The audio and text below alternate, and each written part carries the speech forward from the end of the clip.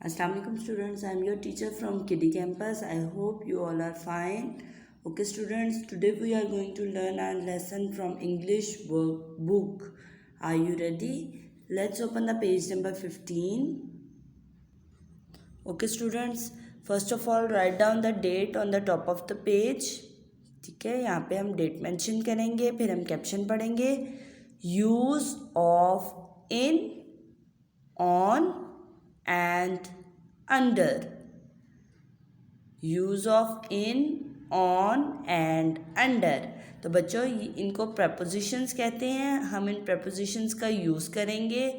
इन कहते हैं किसी भी चीज़ के अंदर होने को. ठीक है, किसी भी चीज़ के अंदर कोई चीज़ है. ऑन कहते हैं किसी चीज़ के ऊपर कोई चीज़ है. और अंडर कहते हैं नीचे को. इन अंदर, ऑन ऊपर, अंडर नीचे. ठीक है, यहाँ पे कुछ पिक्चर्स बनी हुई हैं. तो अब हम यहाँ पे देखेंगे कि इन कौन सी पिक्चर में लगेगा, ऑन कौन सी पिक्चर पे लगेगा और अंडर कौन सी पिक्चर में लगेगा.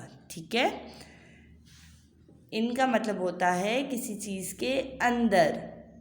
जैसे ये टेबल है और टेबल के ऊपर बुक पड़ी है तो हम क्या बोलेंगे, ऑन द टेबल. टेबल के ऊपर है ना, ऑन द टेबल. इसी तरह टेबल के नीचे अगर कोई बॉल पड़ा हुआ है तो हम क्या बोलेंगे, the ball is under the table. Table के नीचे बॉल है.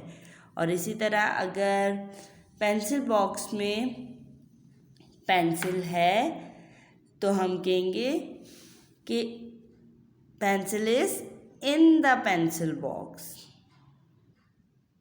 इस पेज पे भी बच्चों 2 पार्ट्स हैं. एक पे आपने ये इन, ऑन, अंडर जस्ट लिखना है 1 पार्ट पे, और सेकंड पार्ट में राइट कंप्लीट सेंटेंस. फिर यहाँ पे पूरा सेंटेंस बना के आपने लिखना है. ठीक है, सबसे पहले क्या पिक्चर बनी हुई है, कैट वॉल के ऊपर बैठी है ना. तो क्या आएगा, ऊपर के लिए हम यूज़ करेंगे on. A cat on a wall. On हम ज्वाइनिंग राइटिंग में लिखेंगे, कर्सिव में, ऑन अ वॉल. और अब इसका कंप्लीट सेंटेंस देखें, a cat is on a wall, full stop. तो यहाँ पे जब हम कंप्लीट सेंटेंस लिखेंगे तो हम हेल्पिंग वर्ब भी यूज़ करेंगे, इज भी लगाएंगे. ठीक है, नेक्स्ट लाइन पिक्चर देखें, टेबल है, टेबल के ऊपर मुर्गी बैठी हुई है. तो क्या कहेंगे हम, ऊपर है ना तो ऑन कहेंगे. अ हैन ऑन अ टेबल, ऑन. फिर टिक में हम कर्सिव में लिखेंगे. अब यहाँ पे हम कंप्लीट सेंटेंस लिखेंगे, आ गैप देके हैन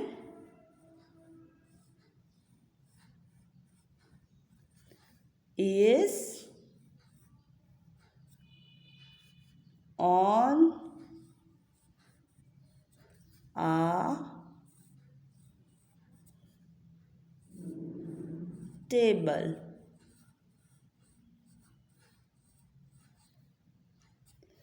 सेंटेंस एंड पे फुल स्टॉप.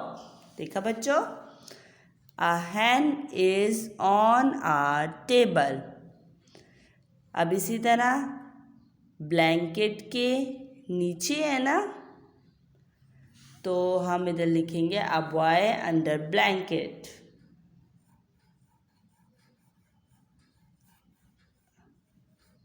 ब्लैंकेट के नीचे है. तो यहाँ पे कंप्लीट सेंटेंस क्या आएगा, a boy is under blanket. A boy is under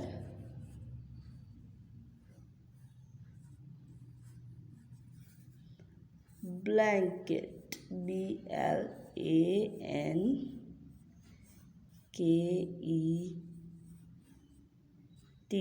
sentence end पे full stop. A boy is under blanket. इसी तरह नेक्स्ट वर्ड पे अ माउस किसके अंदर है, जार के अंदर है ना, और किसी चीज़ के अंदर होने को कहते हैं इन। तो यहाँ पे हमारी कौन सी प्रपोजिशन लगेगी, इन। A mouse in a jar. तो अब कंप्लीट सेंटेंस कैसे लिखेंगे, a mouse is in a jar. यहाँ पे आपने खुद से लिखना है, स्पेलिंग यहाँ से आपने देखना है, लेकिन इसको कर्सिव राइटिंग में आपने लिखना है, जॉइनिंग राइटिंग में। चले मैं आपको ये भी लिख देती हूँ, अ माउस, गैप भी आपने बच्चों देना है, लाइंस में प्यारा सा आपने ये होमवर्क करना है। Mouse is in a jar.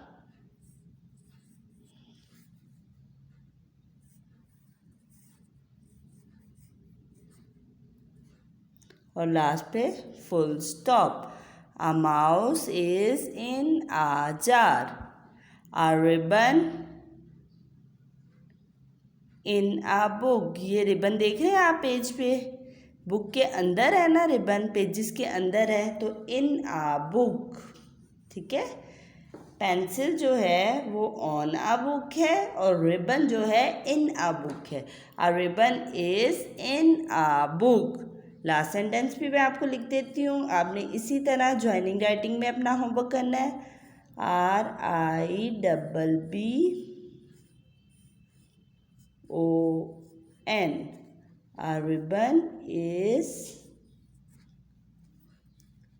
in a book.